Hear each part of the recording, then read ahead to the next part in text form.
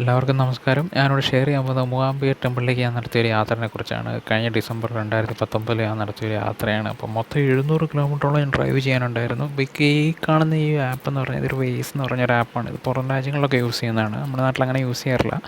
വളരെ നല്ലൊരു ആപ്പാണ്. പിന്നെ ഞാനിത് ഗൂഗിൾ മാപ്സിൽ ഞാൻ കയറി നോക്കിയപ്പോൾ മൊത്തം 17 മണിക്കൂറാണ് കാണിക്കുന്നത് 716 കിലോമീറ്റർ കവർ ചെയ്യാനായിട്ട്. അപ്പോൾ ഞാൻ ട്രിപ്പ് തുടങ്ങിയ സമയത്ത് മാപ്പിലിട്ടതാണ്.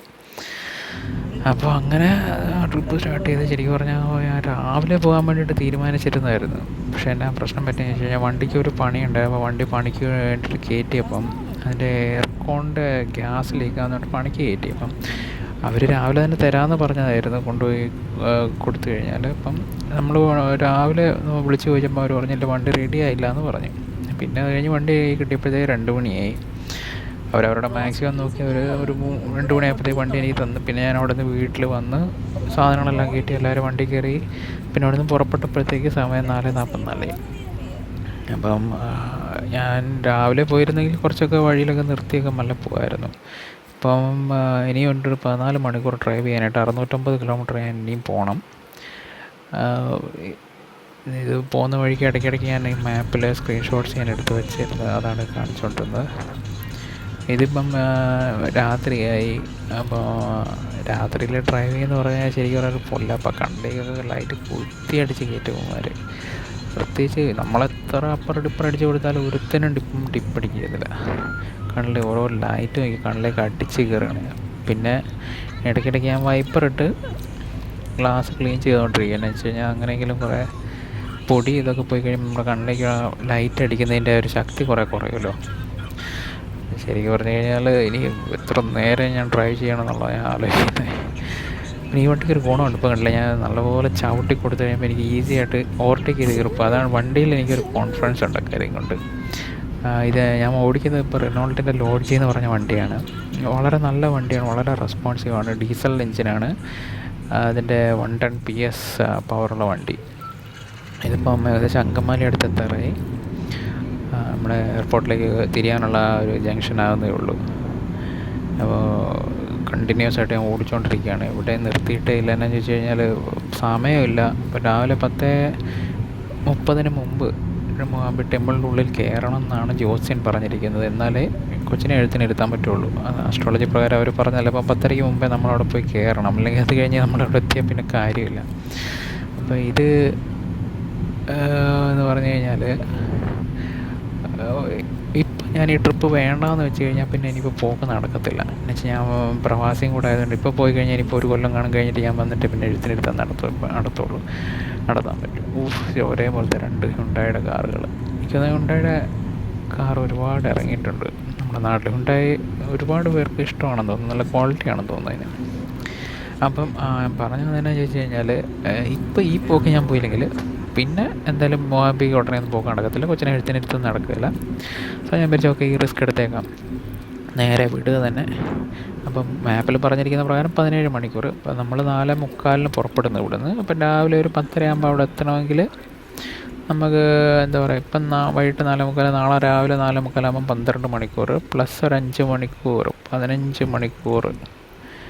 4:45, 5:45, 6:45, 7:45, 8:45, 9:45, 10:45, 12, 5, 17 മണിക്കൂർ. ഓൾമോസ്റ്റ് എന്താ പറയുക, ഡെഡ് ലൈൻ പോലെയാണ്. ജസ്റ്റ് നൈസായിരിക്കും ടൈമിങ്. എന്തായാലും പോകാൻ തന്നെ 2 കൽപ്പിച്ചിറങ്ങിയത്. ഈ കാലിൻ്റെ മുട്ടിനൊക്കെ നല്ല വേദന തുടങ്ങിയിട്ടുണ്ട്. എന്ന് വെച്ചാൽ കണ്ടിന്യൂസ് ആയിട്ട് ക്ലച്ചും ബ്രേക്കും മാറ്റി ചവിട്ടുന്നുണ്ട്. ഇതിപ്പോൾ നമ്മൾ കുറ്റിപ്പുറം കഴിഞ്ഞ് വളാഞ്ചേരി ആ സ്ഥലത്തെത്തി. ഏകദേശം ഇവിടെ പണ്ട് നമ്മുടെ ഇവരുടെ സുന്നി മുസ്ലിം അവരുടെ എനിക്കൊന്ന് ഇപ്പോഴും അവരുടെ സമ്മേളനമൊക്കെ ഇവിടെ നടത്താറുള്ളത്. ഇവിടെ വയൽ കൃഷിയില്ലാത്ത സമയം ഉണ്ടല്ലോ. അപ്പോൾ നല്ല മൈതാനം പോലെ ഒരുപാട് സ്ഥലമുണ്ടാകും. ഇവിടെയൊക്കെ ഒരുപാട് കോഴി വേസ്റ്റൊക്കെ ഇടും ആൾക്കാർ. ഇപ്പം വണ്ടികളൊന്നും ഇല്ലാണ്ട് നല്ല ക്ലിയറായിട്ട് പോകാം റോഡ്. എനിക്ക് ശരിക്കും ഫുൾ ബീമിട്ട് ഹൈ ബീമിലിട്ട് ഇങ്ങനെ വണ്ടി ഓടിക്കാൻ എനിക്ക് ഭയങ്കര ഇഷ്ടമാണ്. പക്ഷേ എന്ത് ചെയ്യാം, നമ്മളൊരു മര്യാദ കൊണ്ട് എപ്പോഴും എവിടെന്നെങ്കിലും എതിർ വശത്ത് വണ്ടി വരികയാണെങ്കിൽ ഞാൻ ഡിപ്പറടിച്ച് കൊടുക്കും. എനിക്കിങ്ങനെ കണ്ണിൽ കുത്തിക്കുന്നത് അത്ര ഇഷ്ടമല്ല. പക്ഷേ എന്ത് ചെയ്യാറില്ല, നമ്മൾ ഡിപ്പറടിച്ചാലും അവന്മാരടിക്കത്തില്ല. നമ്മൾ കെഞ്ചി പറഞ്ഞാലും അവന്മാർ ഡിപ്പറടിക്കത്തില്ല. ഡിമ്മടിക്കാണ്ട് അവന്മാർ പോവുള്ളൂ. ഹൈ ബീമിൽ തന്നെ അവർ പോവുള്ളൂ. പക്ഷേ ഞാൻ കഴിയുന്ന മര്യാദ നമ്മൾ കാണിക്കാൻ നോക്കുക. എന്ന് വെച്ചാൽ നമ്മൾ നല്ലൊരു രീതിയിൽ നമ്മൾ പെരുമാറിക്കഴിഞ്ഞാൽ ചിലപ്പം മേ ബി അവർ മനസ്സ് മാറി ഇതായാലും എന്താ പറയുക, വ്യർത്ഥമായിട്ടുള്ള ചില മോഹങ്ങളില്ല, അങ്ങനത്തെ ഒരു മോഹം എന്ന് പറയാം. അപ്പോൾ ഇനിയുണ്ട് ഒരുപാട് ദൂരം ഡ്രൈവ് ചെയ്യാനായിട്ട്. ഒരുത്തനില്ലാണ്ട് എല്ലാവരും ഹൈ ബീമിലാണ് വരുന്നത്. ലോറിക്കാരും ബസ്സുകാരും ഒന്നും പിന്നെ പറയേ വേണ്ട. ഞാനിത് ശരിക്കും പറഞ്ഞാൽ നമ്മുടെ വണ്ടിയുടെ ഹൈ ബീം ഞാൻ അഡ്ജസ്റ്റ് ചെയ്ത് എനിക്ക് കണ്ണിൽ കൊള്ളുന്ന പോലെ ആ ഒരു രീതിയിലാണ് സെറ്റ് ചെയ്ത് വെച്ചിട്ടുള്ളത്. എന്ന് വെച്ചാൽ എല്ലാവരുടെയും ഹൈ ബീം നമ്മുടെ കണ്ണിലേക്ക് തന്നെയാണ് കൊള്ളുന്നത്. അപ്പം എന്തെങ്കിലും ഒരു ചാൻസ് ഉണ്ടെങ്കിൽ നമുക്ക് കുറച്ചെങ്കിലും അവരുടെ ഗ്ലാസ്സിൽ കണ്ണിൽ കൊള്ളുന്ന പോലെ ഇട്ട് കൊടുത്താൽ മാത്രമേ അവർ കുറച്ചെങ്കിലും ഡിമ്മടിക്കും. അപ്പം എന്താ പറയുക, ഒരു 10% ആൾക്കാരെങ്കിലും ഡിമ്മടിക്കും അത് കാണുമ്പം. അതൊരു കണക്കിന് ഒരു വലിയ ഭാഗ്യം തന്നെ. ചില സമയത്ത് എന്താ പറയുക, ലൈഫ് സേവിങ് എന്ന് പറഞ്ഞ പോലെയാണ് ചില സമയത്ത് ആ ഒരു അവരുടെ ഡിമ്മടിക്കുന്നത്. എന്ന് വെച്ചാൽ ചിലപ്പോൾ നമ്മൾ ഈ കാണുന്ന ഈ സൈഡിലുള്ള ഈ വരമ്പ് ഇതൊക്കെ ചിലപ്പോൾ ഒന്നും മിസ്സായി കഴിഞ്ഞാൽ അതിന് മുകളിൽ ഓടിച്ചാടി കയറിപ്പോവും. പിന്നെ അത് വലിയൊരു ആക്സിഡൻ്റ് ആയിപ്പോൾ. പ്രത്യേകിച്ച് ഫാമിലിയൊക്കെ ആയിട്ട് നമ്മൾ പോകുന്നില്ല. ഫാമിലി ഉണ്ടെങ്കിലും ശരി ഇല്ലെങ്കിലും ശരി നമ്മളൊരു അപകടത്തിൽ പെടാണ്ടിരിക്കാനാണല്ലോ നോക്കേണ്ടത്. ഏതായാലും ഇതിപ്പോൾ ഞാനിപ്പോൾ റിയൽമിയുടെ ഒരു ക്യാമറയാണ് ഞാനിപ്പോൾ ഇതിൽ ഉപയോഗിച്ചേക്കുന്നത്. ഞാനതിങ്ങനെ ചുമ്മാ ഒരു എന്താ പറയുക phone holder, section phone holder വിൻഷീൽഡിൽ വെച്ചിട്ട് അങ്ങനെ വെച്ചേക്കുക. ഈ വണ്ടിയിൽ ഏറ്റവും ഇഷ്ടപ്പെട്ട ഒരു കാര്യം ഇതും കൂടെ, ഇത് ഈ ലൈറ്റിൻ്റെ പവർ, അതും എനിക്ക് വളരെ ഇഷ്ടപ്പെട്ട ഒരു കാര്യമാണ്. നമ്മളപ്പറടിക്കുന്നിട്ട് ഇപ്പറടിക്കുന്നത് അവിടെ ഒരുത്തനും ഒരു മൈൻഡും ഇല്ല. എല്ലാവരും ഫുള്ള് സ്കെയിലിൽ ഇട്ടുകൊണ്ടാണ് വരുന്നത്. അടിച്ച് കയറി പോവുക. ഇനിയുണ്ട് എത്രയോ കിലോമീറ്റർ ഞാൻ പോകേണ്ടതുണ്ട്. ആക്ച്വലി ഫുൾ ട്രിപ്പ് ഞാൻ റെക്കോർഡ് ചെയ്തിട്ട് ഹൈ സ്പീഡിലിട്ടാണ്. ഓക്കെ, ഇനിയിപ്പം നമുക്ക് 5 മണിക്കൂർ 3 മിനിറ്റ് പോകണം. ഇപ്പോൾ സമയം എത്രയായി? 5:31 രാവിലെ 231 കിലോമീറ്ററും കൂടെ ഞാൻ ഡ്രൈവ് ചെയ്യണം. അതിൽ നേരം വെളുത്തുന്നുള്ള സമാധാനമുണ്ട്. അപ്പോൾ രാത്രിക്കത്തെ കണ്ണിൻ്റെ കഴപ്പ് മാറി. പക്ഷേ ഈ സമയം കൊണ്ടുണ്ടല്ലോ എനിക്ക് ശരിക്കും പറഞ്ഞു കഴിഞ്ഞാൽ എനിക്ക് തലവേദന ഭയങ്കരമായിട്ട് എടുത്തിട്ട് ഞാനിപ്പം എൻ്റെ കയ്യിലൊരു ചൈനീസ് ഓയിലുണ്ട്. അപ്പോൾ അത് എടുത്ത് മുട്ടിനിടും. അത് തന്നെ എടുത്ത് എൻ്റെ തലയിലും നെറ്റിയുടെ മുകളിലെല്ലാം ഞാൻ പുരട്ടിയേക്കാണ്. അപ്പോൾ അതിൻ്റെ ഒരു ബലത്തിലാണ് ഞാനീ പോകുന്നത്. അപ്പോൾ എന്നിട്ട് വരുന്ന വഴിക്ക് ഒരു മണിക്കൂർ മുമ്പ് ഒരിടത്ത് വണ്ടി നിർത്തി ഞാൻ എന്നിട്ട് ഛർദ്ദിക്കുകയും കൂടെ ഉണ്ടായി. എന്നുവെച്ചാൽ കണ്ടിന്യൂസ് ആയിട്ട് ഉറക്കമില്ലാണ്ട് വണ്ടി ഓടിക്കുന്നതുകൊണ്ട്. എന്നുവെച്ചാൽ വണ്ടി ഓടിക്കുന്നത് നമുക്ക് ഒരുപാട് ശ്രദ്ധ വേണ്ട ഒരു കാര്യമാണ്. അപ്പോൾ ഇതിപ്പം അതിരാവിലെയാണ് നമ്മൾ പോയിക്കൊണ്ടിരിക്കുന്നത്. ഇപ്പം ഇവിടെ നിന്ന് നമുക്കൊന്നും ഒരു സൈഡ് കിട്ടാനുള്ള യാതൊരു ചാൻസും ഇല്ല. എന്ന് വെച്ചാൽ റോഡിന് ഒന്നാമത് വീതി കുറവ്. അപ്പോൾ ഈ അവനാണെങ്കിൽ നല്ല സ്പീഡിലോട്ട് പോകാനും പറ്റില്ല, ഇത്രയും വലിയ ലോറിയും വെച്ചുകൊണ്ട്. അപ്പം നമുക്കൊരു ഗ്യാപ്പ് കിട്ടണം. കിട്ടിക്കഴിഞ്ഞാൽ പിന്നെ നമുക്ക് അതിനെ അടിച്ച് കയറ്റി അങ്ങ് പോവാം. ഓക്കെ, സോ ഇങ്ങനെയുള്ള ഇത് കിട്ടുക എന്നുള്ളത് പറയാൻ വലിയ ഭാഗ്യം. പിന്നെ കണ്ടില്ല, അയ്യോ കട്ടർ റോഡ്, നല്ല കട്ടറാണ്. എന്താ ചെയ്യുക? ശരിക്കും പറഞ്ഞാൽ എനിക്ക് പേടിയായിരുന്നു. കാസർഗോഡ് ആ ഭാഗത്തോട്ടൊക്കെ എത്തിക്കഴിയുമ്പോഴല്ലോ നമ്മളെ റോഡ് ചില ഭാഗങ്ങൾ ഭയങ്കര കട്ടറായിരുന്നു. അപ്പോൾ 2 കൊല്ലം മുമ്പ് ഞാൻ മൂകാംബിക പോയപ്പോൾ അവിടെ ഭയങ്കര കട്ടറായിരുന്നു. അത് വെച്ച് നോക്കുമ്പോൾ ഇപ്രാവശ്യം ഒരുപാട് മെച്ചപ്പെട്ടിട്ടുണ്ട് റോഡ്. പരുക്കനാണെങ്കിലും മുട്ടിച്ചിട്ട് വണ്ടി അത്യാവശ്യം പോകാവുന്ന രീതിയിലാണ് റോഡ്. മുമ്പ് എനിക്ക് ഓർമ്മയുണ്ട്, ഞാൻ ഇതുപോലെ രാത്രിയിൽ ഡ്രൈവ് ചെയ്തിട്ട് ഓടിപ്പോയിട്ട് പെട്ടെന്ന് പോയിട്ട് ഒരു കുഴിയിൽ പോയി ഓടിച്ചാടിയാണ്. അപ്പോൾ വണ്ടിക്ക് അത് നല്ലതല്ല ഒരിക്കലും. ചിലപ്പോൾ വലിയ അപകടം പോലും സംഭവിക്കാവുന്ന രീതിയിലാണല്ലോ. നമ്മൾ രാവിലെ നേരം വെളുത്ത് വെട്ടം കിട്ടി. ഇപ്പോൾ എൻ്റെ ഒരു പേടി എന്ന് വെച്ച് കഴിഞ്ഞാൽ ഇനിയിപ്പോൾ 8 മണി 9 മണി ആകുമ്പോഴത്തേക്ക് ഓഫീസിൽ നിന്നുള്ള ആൾക്കാരും സ്കൂളുകൾ അങ്ങനെയുള്ള ഇതൊക്കെ ഇറങ്ങി റോഡിൽ ഒരുപാട് ട്രാഫിക് കൂടിക്കഴിഞ്ഞാൽ ഈ 10:30 ടാർഗറ്റിൽ നമുക്ക് ഒരിക്കലും അവിടെ എത്താൻ പറ്റില്ല. അതുകൊണ്ട് നമ്മൾ മാക്സിമം സ്പീഡിൽ പോവാണ്. ഇപ്പോൾ സമയം 8:30 ഇനി 1 മണിക്കൂർ 45 മിനിറ്റ്, അതായത് 10:15 അവിടെ എത്തുമെന്ന് കാണിക്കുന്ന ഒരു ആശ്വാസം. 87 കിലോമീറ്റർ ഉണ്ട്.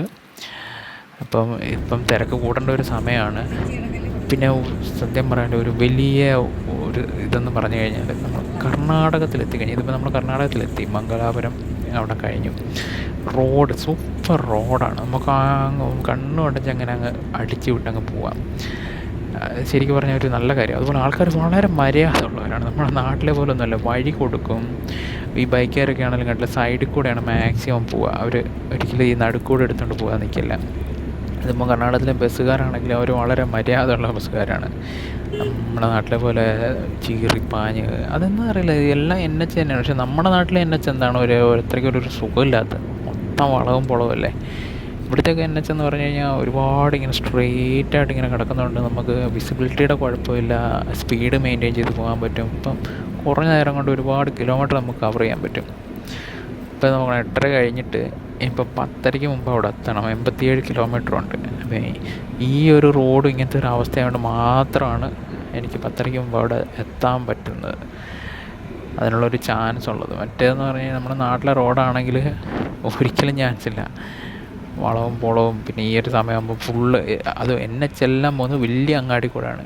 ഇവിടങ്ങളിലൊക്കെ ആണെങ്കിൽ NHൻ്റെ 2 സൈഡിലുള്ള അങ്ങാടികളിൽ ഒരു തിരക്കോ അങ്ങനത്തെ ഒന്നും കാണുന്നില്ല. സോ എനിക്ക് തോന്നുന്നു ഒരു തരത്തിൽ അവരുടെ പ്ലാനിങ് കൂടെയാണ്. അവർ അത്രയും വെൽ പ്ലാൻഡായിട്ട് അത് ചെയ്തു. നമ്മുടെ നാട്ടിൽ NH ഒക്കെ ടൗണിൽ കൂടെ പോകണം എന്നുള്ള രീതിയിലാണ് അവർ പ്ലാൻ ചെയ്ത് ഉണ്ടാക്കി വെച്ചിരിക്കുന്നത്.